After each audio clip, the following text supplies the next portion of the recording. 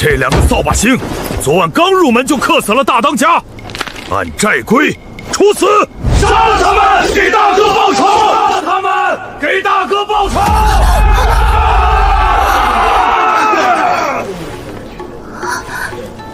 这是哪儿？我不是在和好闺蜜逛街吗？夫妻对拜，入洞房了。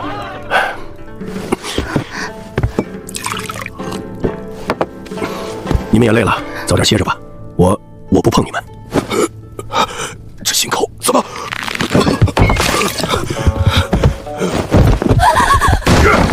大哥，没气儿了。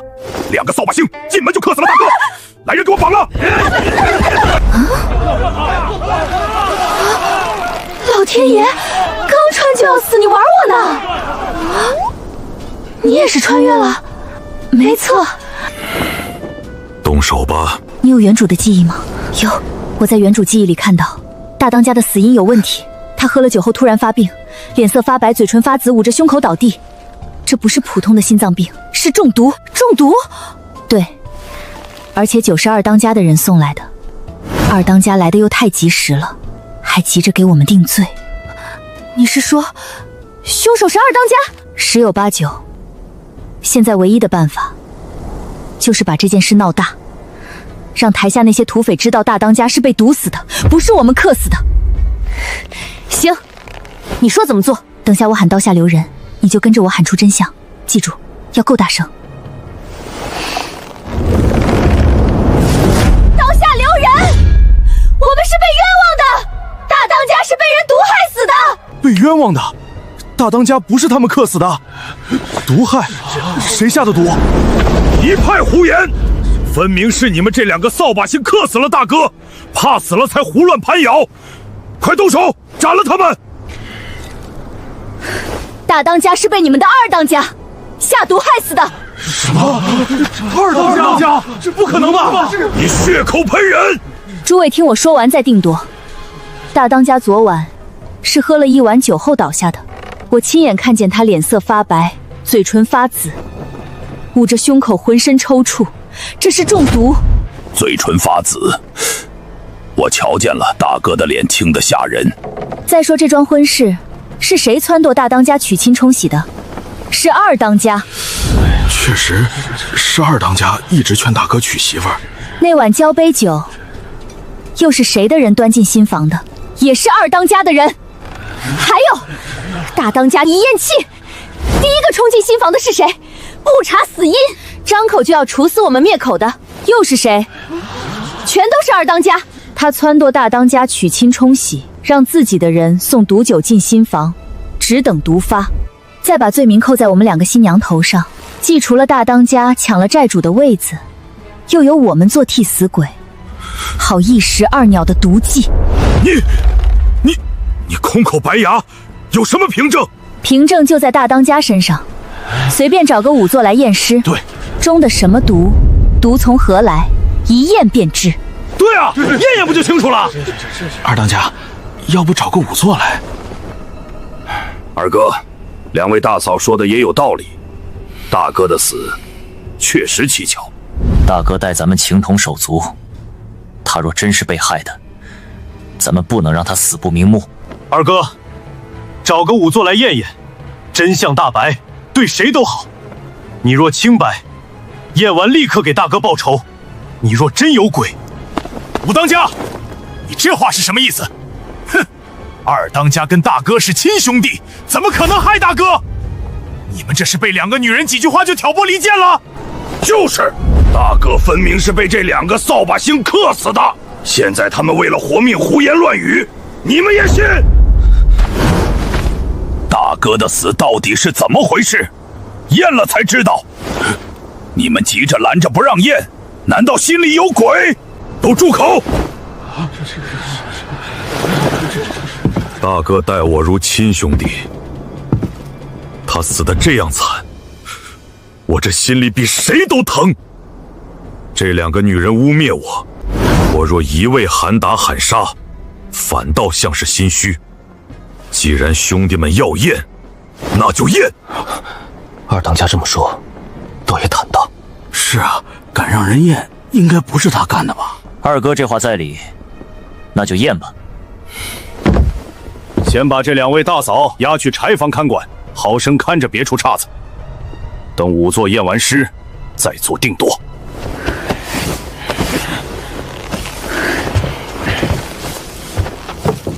赌对了第一步，接下来的仵作验尸才是真正的关口。听2位大嫂说的头头是道。哎，反正等仵作来了就知道了。五弟，你务必把仵作请来，给大哥查个明白。三哥四哥放心，我亲自去，天黑前必定回来。三哥，你说2位大嫂说的是不是真的？大哥的死确实蹊跷。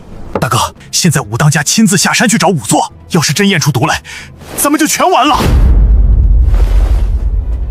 老五下山了，正好。二哥，您的意思是？趁老五不在，今天就除了老三老四。等老五带仵作回来，黑风寨已经是我说了算。到那时，就算验出毒又如何？谁敢跟我作对？那怎么动手？还是用这个。等下你们去请3当家和4当家，就说想大哥了，想跟他们喝一杯，借酒消愁。明白了。总算活下来了，刚才真是吓死我了，那刀都快贴脖子了。你怎么还是愁眉苦脸的？咱们应该安全了，等仵作查明，我们就不用死了。我在想，二当家接下来会怎么做？你是说，他不会善罢甘休？对，二当家这种人，既然敢毒杀大当家，就绝不会坐以待毙。现在5当家下山去找仵作了，他肯定会抢在仵作验尸之前先下手。你是说，他会对我们？不是我们，是3当家和4当家。3当家和4当家，为什么？你想，邢台上3个当家联手逼他同意验尸，他心里肯定恨死他们了。现在5当家带人下山了，山上只剩3当家和4当家，这是他最好的机会。只要除掉这2个，黑风寨就是他一个人说了算。就算仵作验出毒，也没人能扳倒他了。那怎么办？来人，快来人！喊什么喊？你们老实待着！大哥，我有要紧事跟3当家和4当家说。大当家临死前留了话给他们。大当家留话？留什么话？这话只能当面说，事关黑风寨生死存亡。你赶紧去叫3当家和4当家来，晚了就来不及了。你这脑子真行。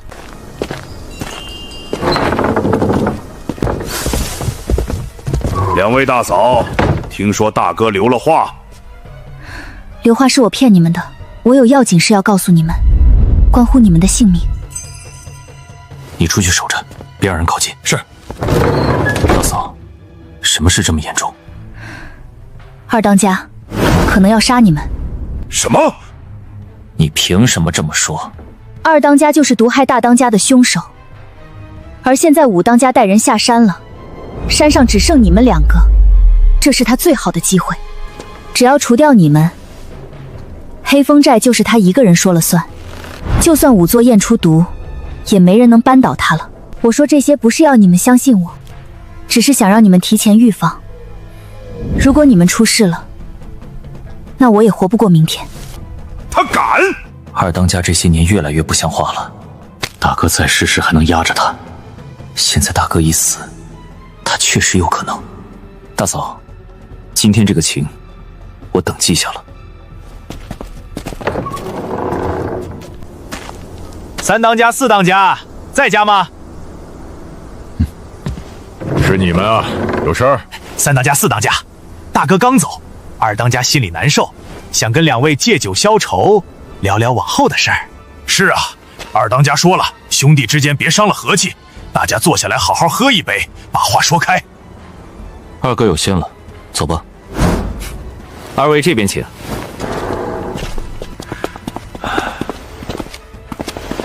三弟、四弟来了。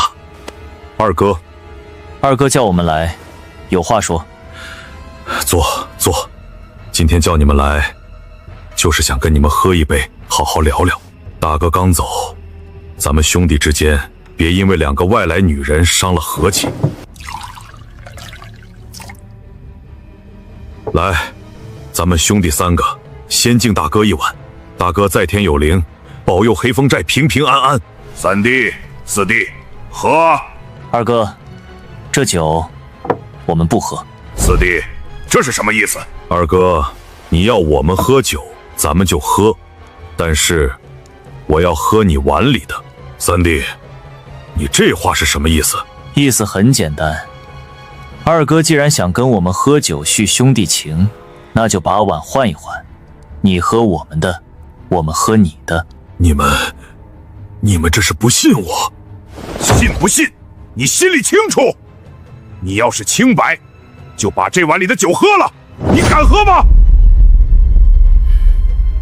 二哥，怎么不喝了？不是说要敬大哥吗？你们2个真是被那2个贱人蛊惑了！你真敢对我们下毒？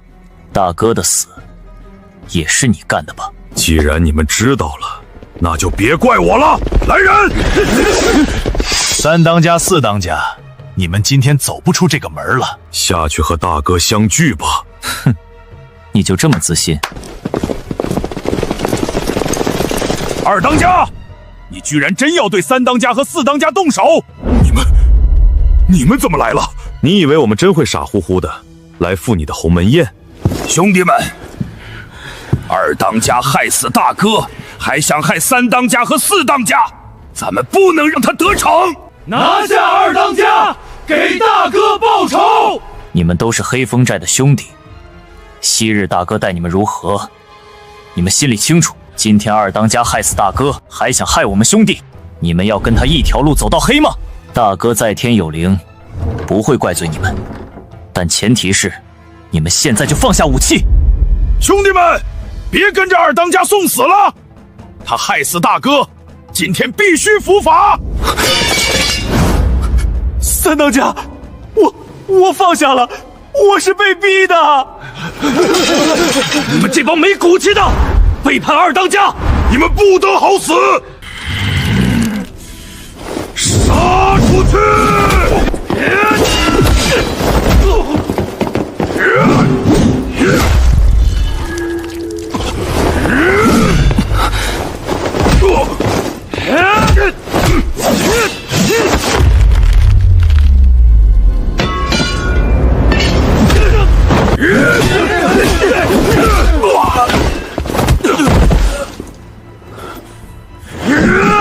都别过来！谁过来我就杀了谁！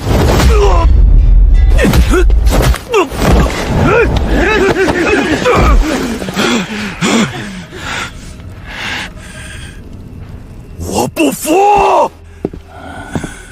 多亏了2位大嫂提醒，不然我们今天就真在你手里了。是他们，把他们押去演武场，当众审判。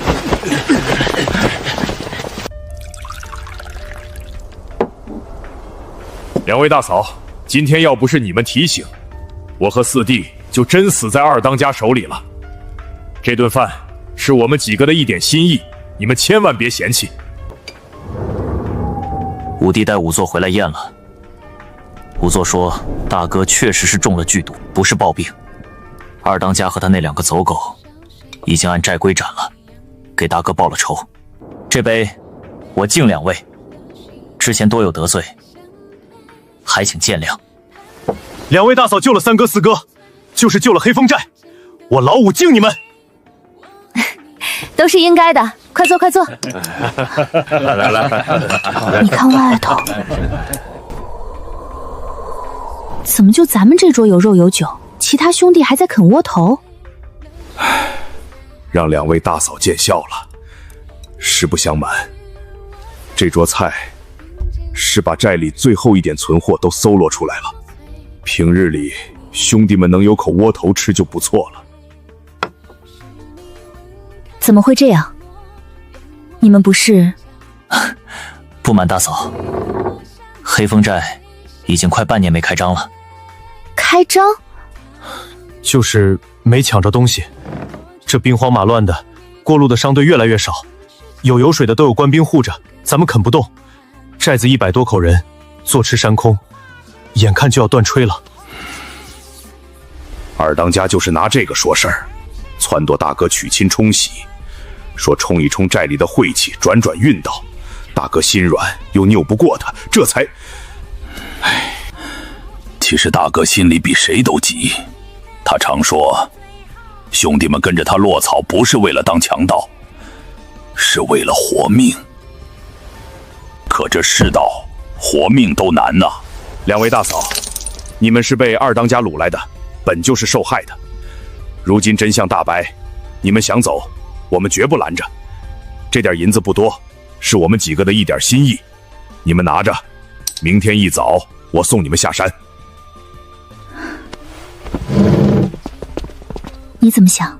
下了山，咱俩两眼一抹黑，连户籍录影都没有，兵荒马乱的，能去哪儿？我也这么想。而且你看这帮人，穷得快揭不开锅了，还把最后几块碎银掏给咱们。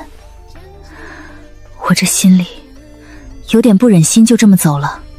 要不咱就留下？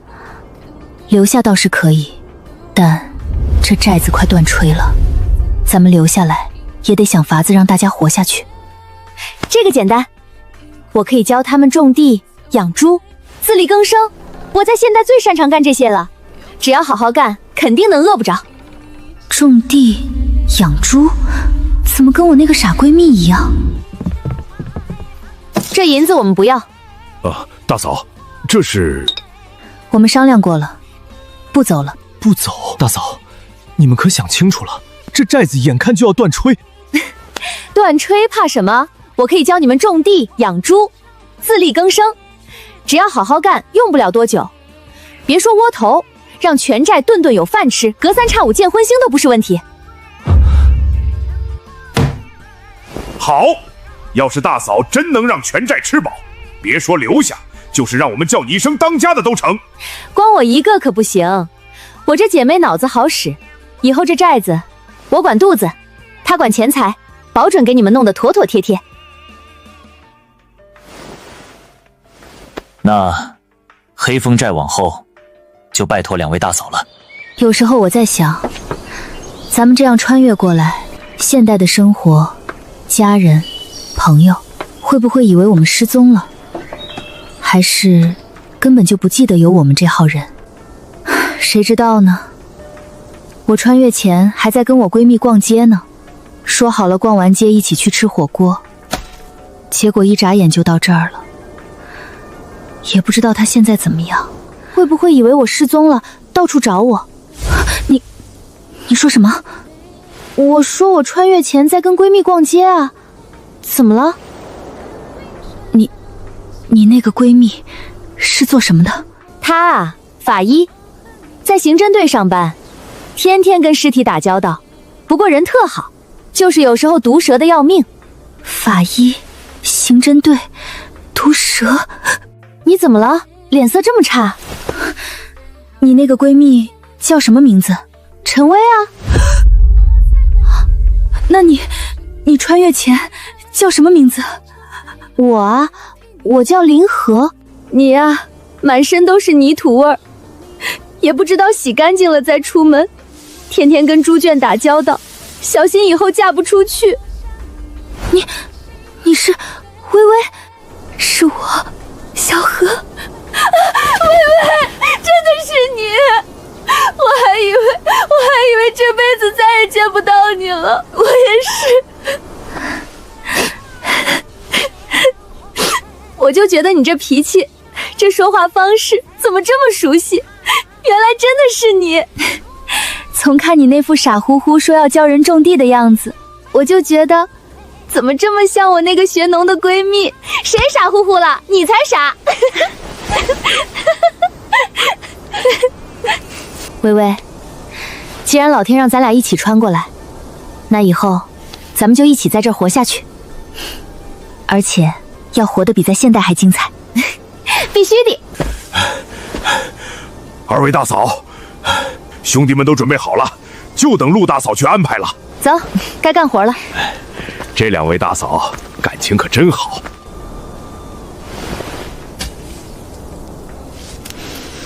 土质还行，就是太板结了，得先翻地把杂草清了，再开垄沟。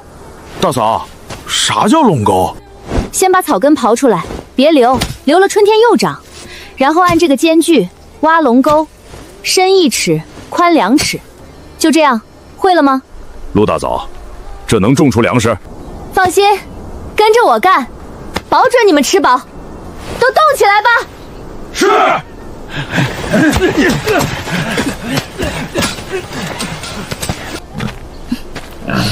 这味儿熏死了。比味儿更麻烦的是，这猪病了。是啊，病了快半个月了，喂啥都不吃，眼看就要死了。你们喂的什么？泔水、剩饭，有啥喂啥。难怪，这猪圈也太脏了，不通风，猪能不病吗？三当家，叫几个人来，把圈清了，垫上干草，病猪单独隔开，别传染其他的。清圈？对，还有，去山上找些草药，我教你们怎么配。成，听大嫂的。别动，喝下去就好了。小何，你这一身泥土味儿比现代那会儿还浓。这才刚开始呢，等寨子养起猪来，我天天泡在这儿。寨里现在还剩多少银子和粮食？银子不到20两，粮食就剩1袋陈米，还有半袋窝头面。不能再这么坐吃山空了，咱们得想法子挣钱。挣钱？怎么挣？山里有啥？药材、木料、兽皮，这些都能卖钱。对啊，咱们后山有不少药材。那就采，我带几个人下山，找镇上的药铺、木行，看能换多少钱回来。成，听大嫂的。间距再大点儿，别挤一堆。歇会儿吧，看你累的。没事，习惯了。现在都种下了，再过2个月就能收一茬。听见没？那2头病猪活过来了，叫得可欢了。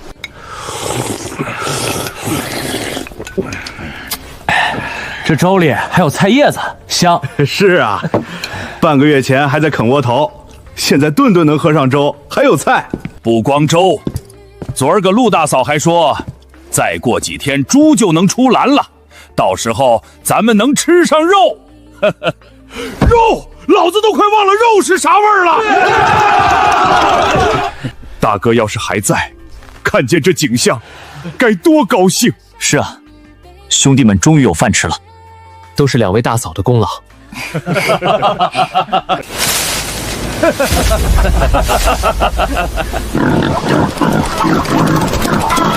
慢点儿，那槽子刚修好，别给我撞坏了。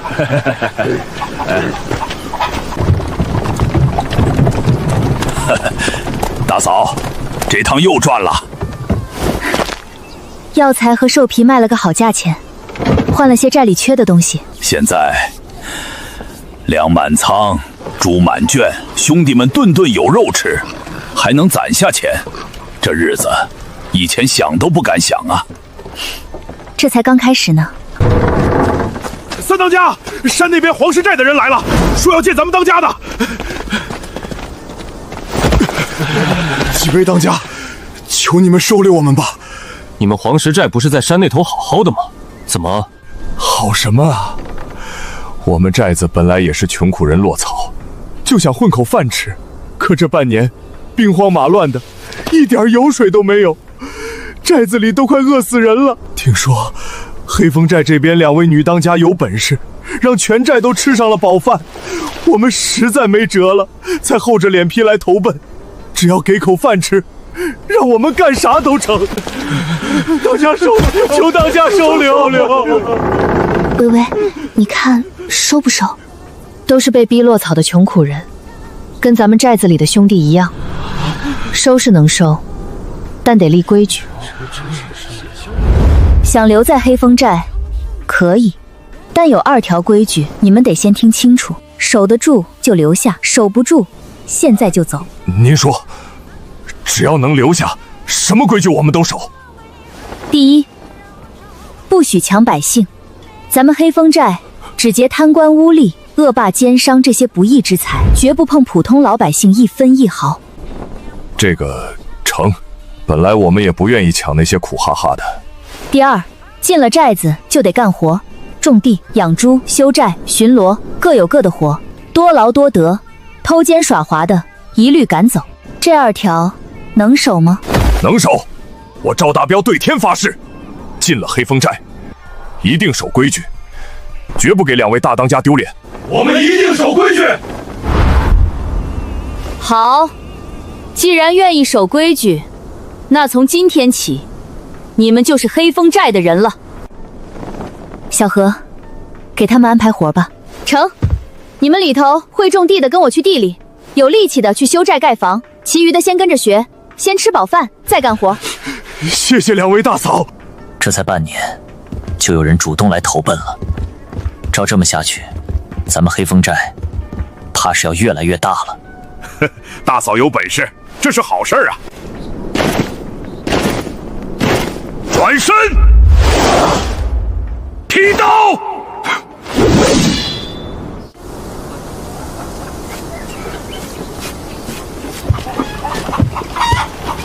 方圆300里的土匪都归咱们了，还顿顿有肉吃。黑风寨算是真正站稳了。今天叫大家来，是有要紧事要说。我这半年跑了好几趟镇上，亲眼看到难民越来越多，北边西面都在打仗，各路军阀混战，烧杀抢掠，百姓被打得家破人亡。照这趋势，战火迟早烧到咱们这边。打就打呗，咱们黑风寨300多号兄弟，怕他们？不是怕不怕的问题，咱们现在有粮有人，日子过得不错。但一旦战火烧过来，粮食、牲口、人都保不住。那大嫂的意思是，咱们得早做打算。第一，寨子得加固，木栅栏不够，得修石墙。第二，粮食、盐巴、铁器能囤多少囤多少。第三，如果有难民来投，咱们收。收难民？大嫂，咱们寨里已经300多口人了，再收粮食够吗？够，地还能再开，猪还能再养，只要愿意干活，咱们养得起。乱世里，人才是最重要的，多一个人就多一分力气。听大嫂的！求求几位当家，收留我们吧，我们家乡被打没了，实在没地方去了。起来吧，既然来了，就是黑风寨的人了。谢谢当家的。老兵，先给他们安排住处，煮粥，让他们吃饱了再说。2位大嫂，这半个月陆陆续续又来了5批难民，快200口了，加上之前的，寨里现在500多人，人越来越多，粮食够吗？放心，粮食管够。我新种的那批土豆产量高又耐活，前些日子已经收了一大批，别说500人，就是再来1000人也饿不着。那就好，那就好，有陆大嫂在，咱们不怕饿肚子。粮食是不愁了，但难民一批接一批的来，说明外头已经乱得不成样子了。大嫂说的是，这些难民都是被战火逼过来的。咱们不能光在寨子里闷头过日子，得摸清外头到底什么情况，哪儿在打仗，哪股势力最凶，离咱们还有多远，心里有了数，才好早做打算。明天我带老兵和几个机灵的下山，去镇上探探情况。大嫂，外头乱，您下山太危险了，要不多带些人？人多了扎眼，探消息不惹事。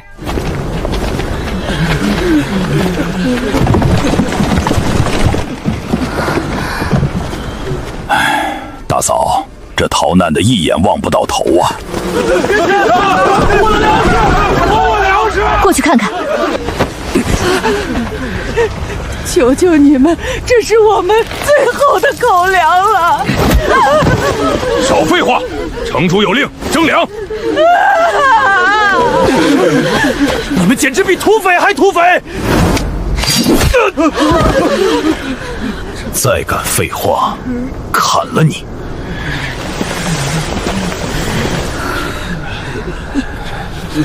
大嫂，这些官兵……先探清楚情况。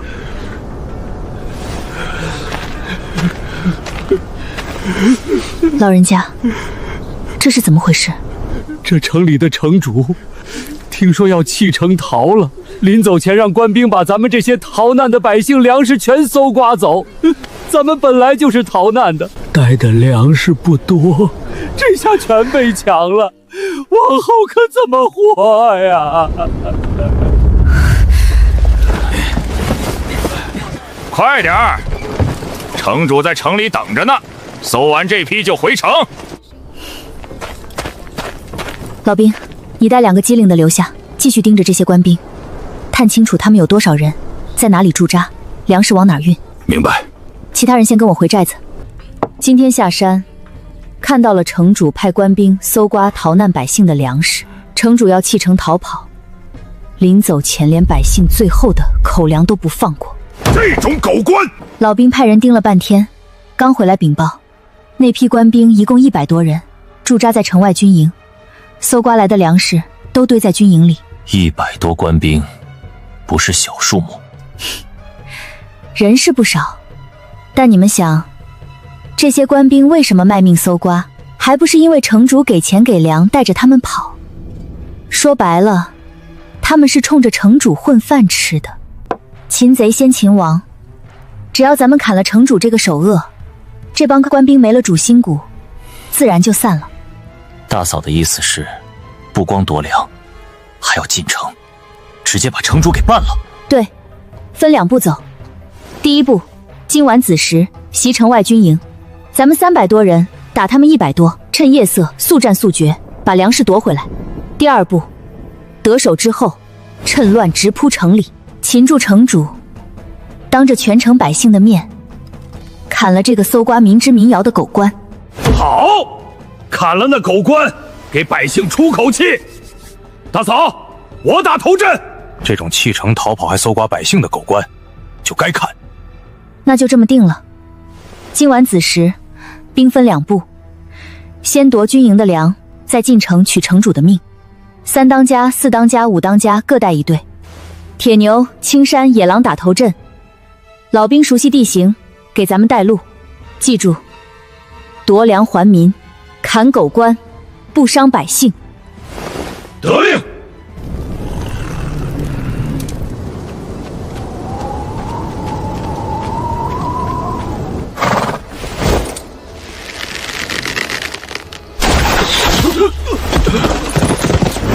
动手！兄弟们，抢粮，给百姓报仇！滴血，滴血！都给我拿武器顶住！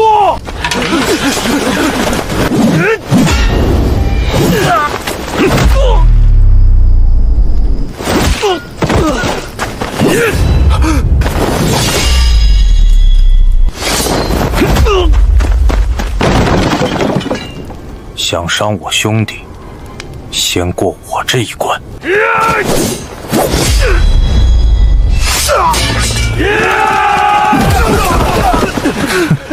跑啊！怎么不跑了？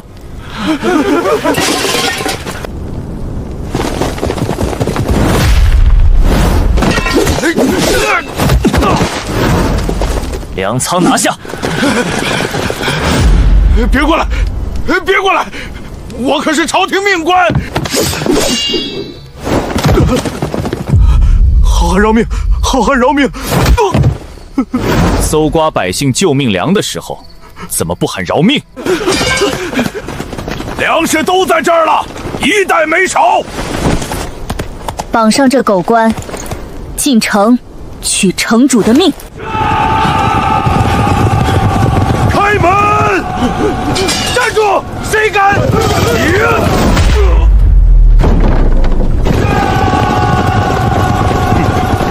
一群土匪也敢闯城主府，给我杀！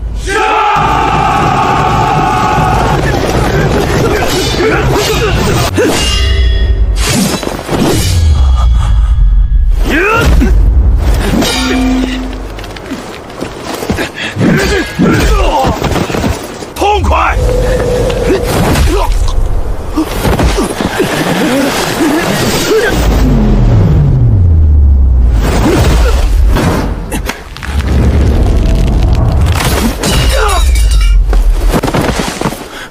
拿下！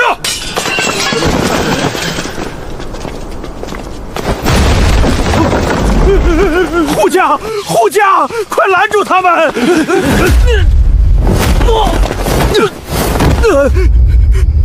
你们是什么人？黑风寨的。你们土匪怎么敢进城？土匪？你这狗官搜刮百姓救命粮，比土匪还土匪！今天就是来取你狗命的！饶命！饶命！我有的是钱，都给你们！老子不稀罕你那些百姓的血汗钱！你敲锣打鼓，召集全城百姓，都来看看这狗官的下场！父老乡亲们，这狗官弃城逃跑，临走前还派官兵搜刮你们的救命粮，这种祸害，留着就是疑祸。今天，黑风寨替你们做主，斩了这狗官！斩了他！斩了他！我儿子就是被他派来的官兵打死的，这狗官不得好死！他搜走了我家最后一袋粮，我娘活活饿死了！饶命！饶命啊！斩！黑风寨今天进城不是来抢劫的，城主搜刮的粮食，咱们全部还给你们，一粒不少。乡亲们，粮食在这儿，来领！这是真的，真还给我们了。真的。谢谢恩人，谢谢黑风寨。粮也夺回来了，狗官也斩了，收拾收拾，咱们撤回寨子。恩人，你们不能走啊！狗官死了，官兵也散了，这城眼看就没人管了。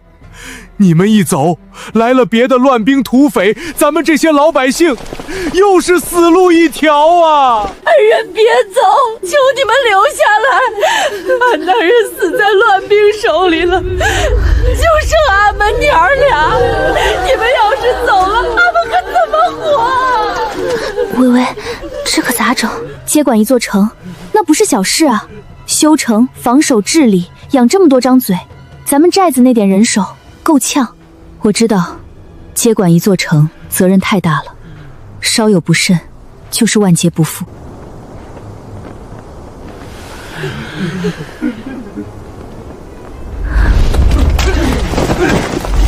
如果走了，这些人真的就没活路了。不走了，微微，你从今天起，这座城黑风寨接管了，改名威和城。只要有黑风寨在，就绝不让任何人再欺负你们。愿意留下的，就是威和城的人，咱们一起活下去。谢谢恩人，谢谢恩人！菩萨呀，你们就是活菩萨呀！你这一冲动，可给咱俩揽了个天大的担子。话都说出去了，硬着头皮也得干下去。再说，看着他们这样，我也做不到扭头就走。你揽的担子，我陪你一起扛。大嫂，咱们真要管这座城了？话都说出去了，不管不行。可咱们就这么点人手，能管得过来吗？能，人手是不多，但也不是没法子。吃饭的事交给我，城外这些荒地都能开，我把咱们寨里那套种法搬过来。土豆、粮食、养猪全铺开，城里的百姓会种地的编成农队，跟着一起干，人多力量大，开得更快，用不了半年，这1城人的口粮就不愁了。哼，吃饭的事交给小何了，我来管秩序。第一，城里得有人巡逻，防着乱兵，盗匪也得管治安。三当家，这事儿你带人来办。得令。第二，城主府的库房得清点，钱粮、布匹、军械全登记造册，1分都不能乱花，往后都用在正地方。四当家，你心细，这事交给你。放心，我盘得清清楚楚。第三，逃难来的和城里的百姓都得登记造册，按户分房、分地、分口粮，谁家几口人，有没有劳力，都得摸清楚。五当家，你来牵头。明白。老兵，你熟悉行伍，把咱们的兄弟和城里愿意从军的青壮编练成队，守城护民都得靠他们。大嫂放心，交给我。你们3个各带1队，协助3当家巡城，4当家清库，5当家安置，分头办事，有难处随时来找我和小何。得令。大嫂，还有件事，城主一死，这消息迟早传出去，外头那些军阀乱兵，怕是要盯上这座城。四当家说的对，这城没了城主，在乱世里就是块肥肉，外头那帮人哪个不想咬一口？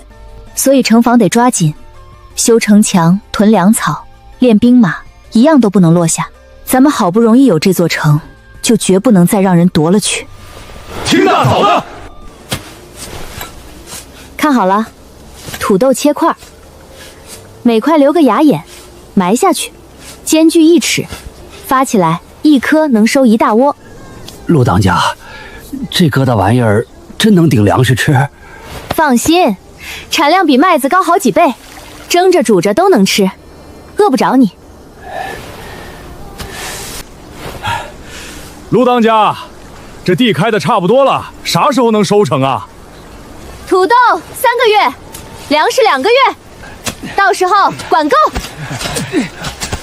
几口人？5口，俺婆娘2娃，还有个老娘。会啥手艺？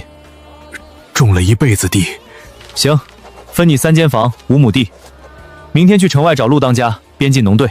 谢谢当家的，谢谢当家的，俺一家总算有着落了。这才2个月，投奔来的难民就上千了，这威和城是真让人有盼头。列阵，守城靠的就是令行禁止，平时多流汗，战时少流血，都给我练扎实了。大嫂，这2个月新兵练得差不多了，加上黑风寨的老底子，守城的兵凑了1500人。不错，乱世里光有粮不行，还得有能护住粮的刀。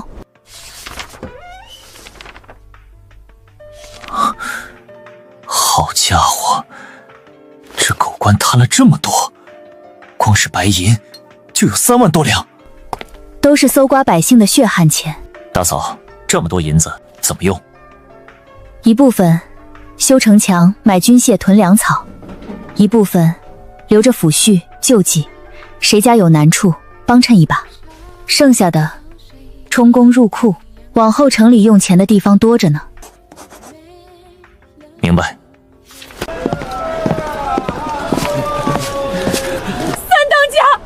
这几个破皮抢俺的菜不给钱，哎呀！威和城的规矩，欺压百姓者严惩，拖下去，各打20板杖，赔了菜钱，赶出城去。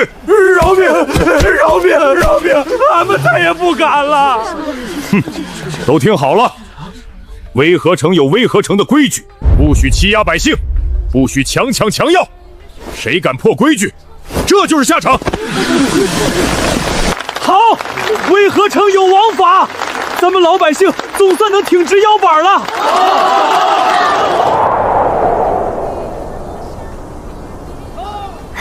微微，你看，才3个月，这城就大变样了。是啊，当初一冲动接下来，还怕管不好，现在看来，值了。那可不，有咱俩在，这城只会越来越好。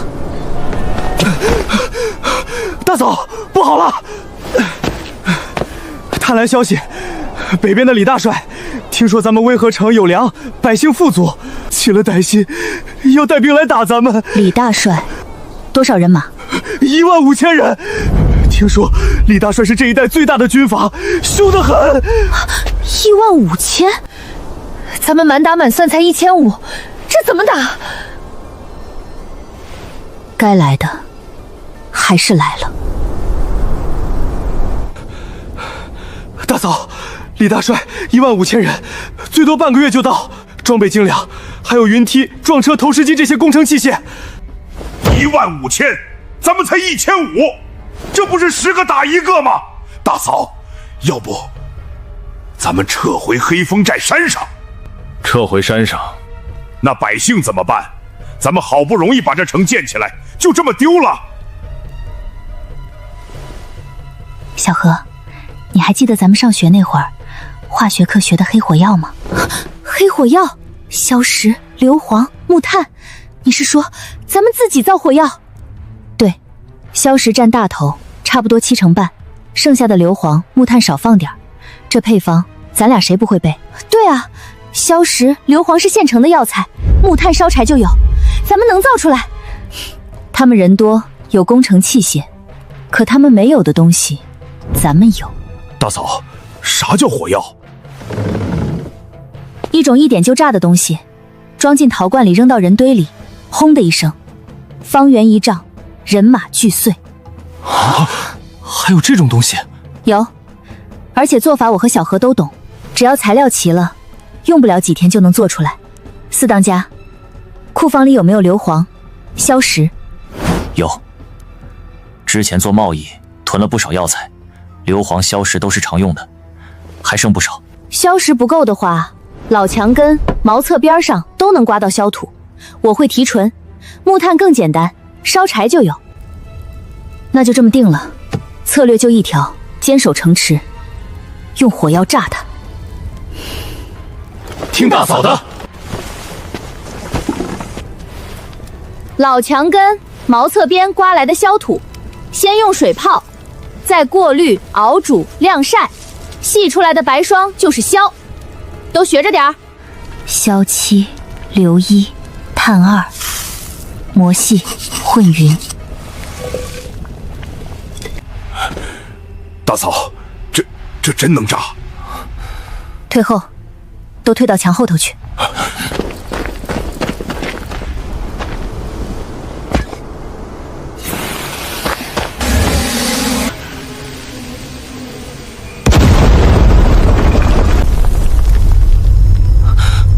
我靠！这神了！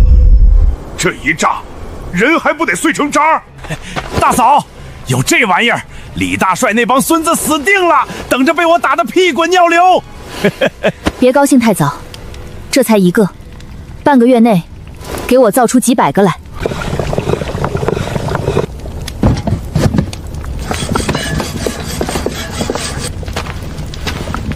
微微，你看，这是大号的，威力更猛，专门炸它的工程器械。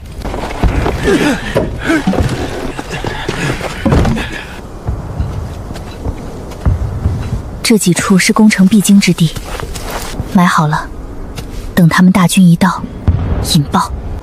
点引线，数3个数，扔出去，快、准、狠，这样才能把他们炸飞。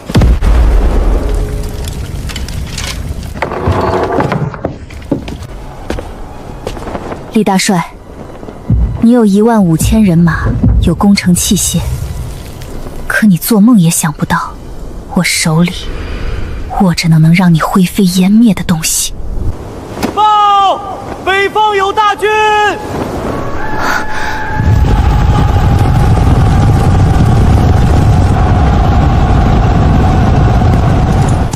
哼，就这么个破城，早知道带5000人就行了。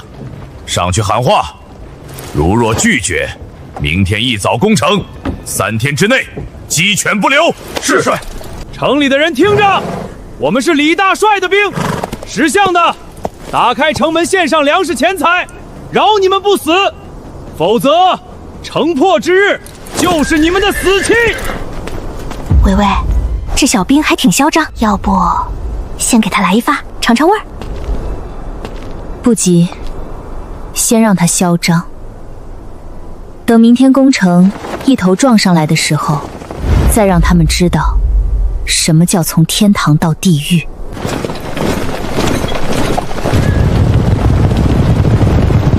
擂鼓，攻城！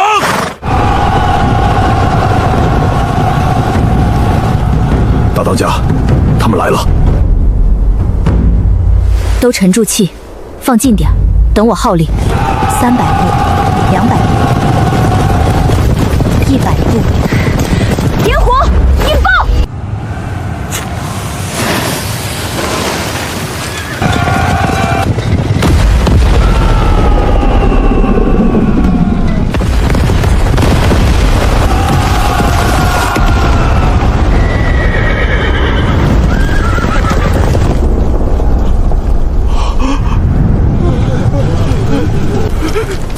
天雷，是天雷啊！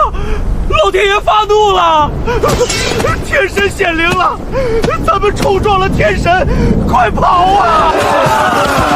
天雷，是天雷！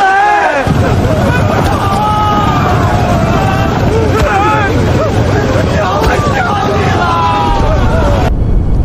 炸得好，炸死他们！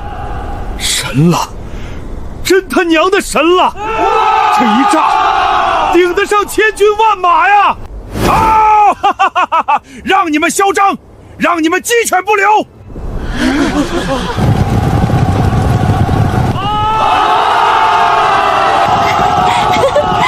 微，成了！他们被咱们的天雷吓破胆了，有的还被炸傻了。这才第一波，他们还有1万多人呢。传令下去，守军各就各位，把城墙上的炸弹准备好。他们要是再敢来，就用手雷招呼。得令。大帅，那城里有天雷啊！好端端的地突然就炸了，先锋5000人，眨眼就废了上千人。大帅，这仗没法打呀！那是天神显灵，咱们冲撞了天神，再打下去，怕是要遭天谴啊！大帅，将士们都吓破胆了，军心已乱，要不咱们先撤吧？撤！我纵横这一带10几年，还没打过败仗，被一个破城几声炸响吓退了，传出去，我还怎么混？哼！传令下去，明天全军压上！我倒要看看他们能有多少天雷，谁敢后退，军法处置！遵命。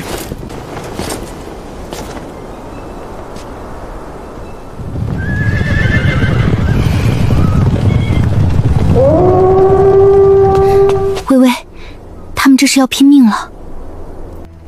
今天李大帅不惜血本全军压上，这一仗会很惨烈。兄弟们，今天敌军会倾巢而出，但咱们不怕。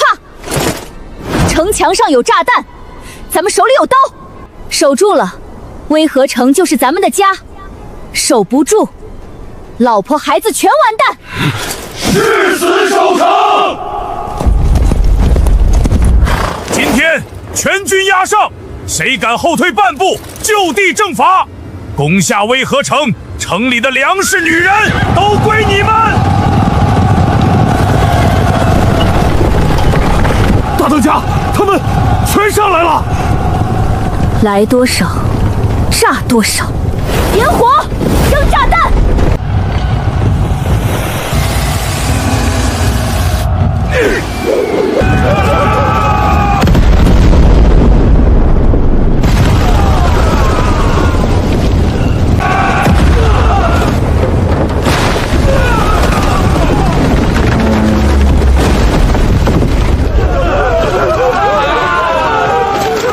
操，又是天雷！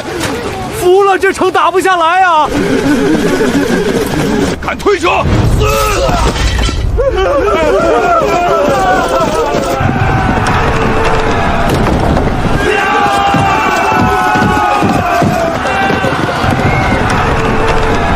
别让他们上来！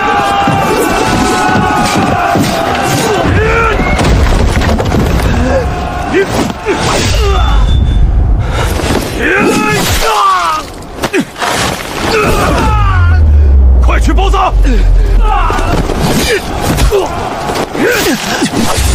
敢偷袭我，看刀！这里交给我，你快下去包扎。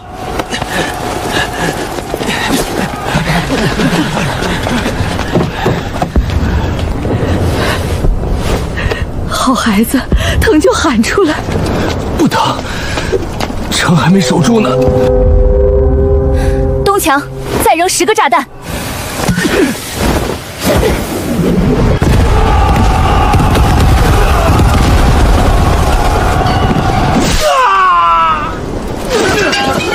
弟兄们，杀！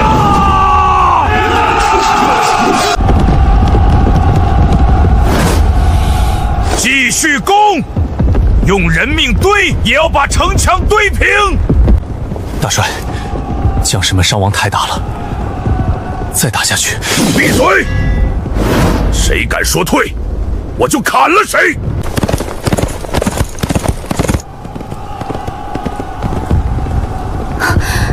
小何，那个骑马的是李大帅。擒贼先擒王，炸了他！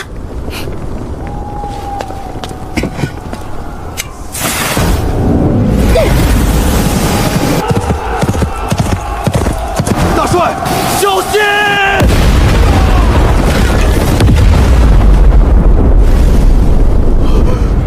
大帅死了！大帅被天雷劈死了！快跑啊！大帅死了！天神杀了大帅！快跑啊！赢了！赢了！敌军跑了！炸死李大帅了！他们跑了！哈哈哈哈哈哈！大当家神了，一炸弹炸死李大帅！这一仗守住了，兄弟们，咱们赢了！守住了！渭河城守住了！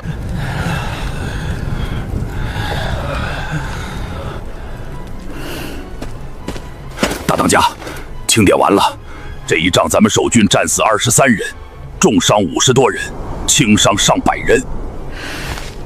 把阵亡的兄弟厚葬立碑，伤员好好养着，抚恤金加倍。打扫战场，武器、粮草都收起来。兄弟们，你们用命守住了渭河城，这座城会永远记得你们。阵亡兄弟的家人，渭河城养着，他们的孩子，渭河城供着读书。谢大当家。微微，李大帅是打退了，可这样的仗，咱们打不起第2次。23条命，太贵了。所以，咱们得让敌人连靠近都不敢。怎么让他们不敢？炸弹是扔出去的，威力再大，也就那么点射程。可要是咱们能把火药的威力打到10里之外呢？你是说大炮？对，大炮。铸一根铁管子，一头封死，装上火药和铁弹，火药一点，把铁弹轰出去，能打到几里外。铁弹落地再一炸，方圆几丈，人马俱碎。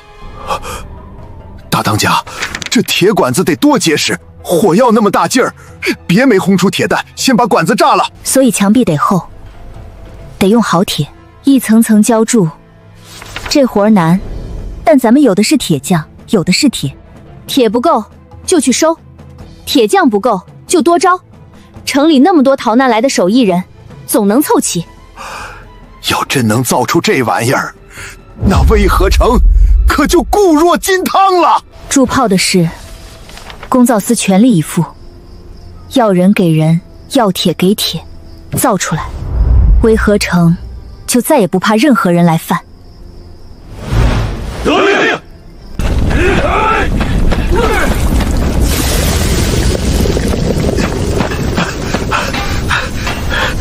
大当家，头一门炮铸好了。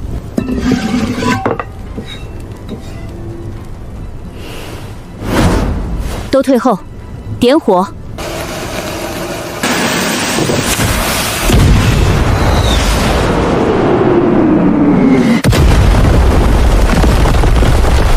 成了，成了，成了！这一炮比几十个炸弹还猛！好家伙，这要是架在城墙上，谁敢来就轰谁。多注些，城墙上每隔10步架一门。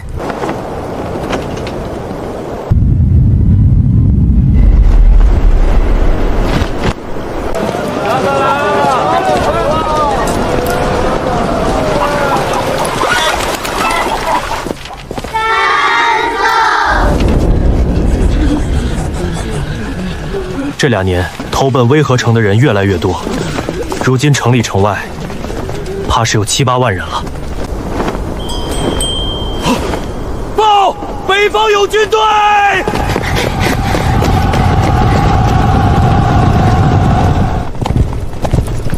微微，又是一个不长眼的。传令，炮兵就位，瞄准来敌。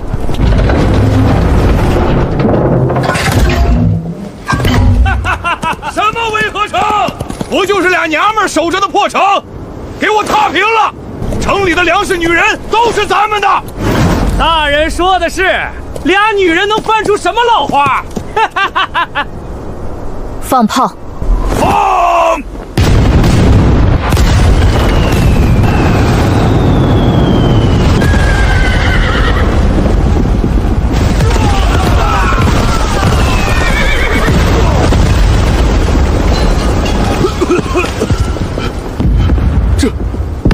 这是什么妖法？离这10里就能轰死人！大人，这城打不得，快撤啊！快跑，快撤！这城打不得，打不得呀！妖城，这是妖城啊！又一个不长眼的，还没靠近就吓尿了。咱们威和城的大炮10里开外就能轰，谁还敢来？这2年来了7、8波不长眼的，全被大炮轰跑了。现在方圆100里，谁不知道威和城惹不得？从今往后，威和城的百姓再也不用怕任何人了。2年了，微微，咱们真把这城守住了，还守成了这一带最大、最富、最安全的城。本集播讲完毕，期待您的订阅、好评哟。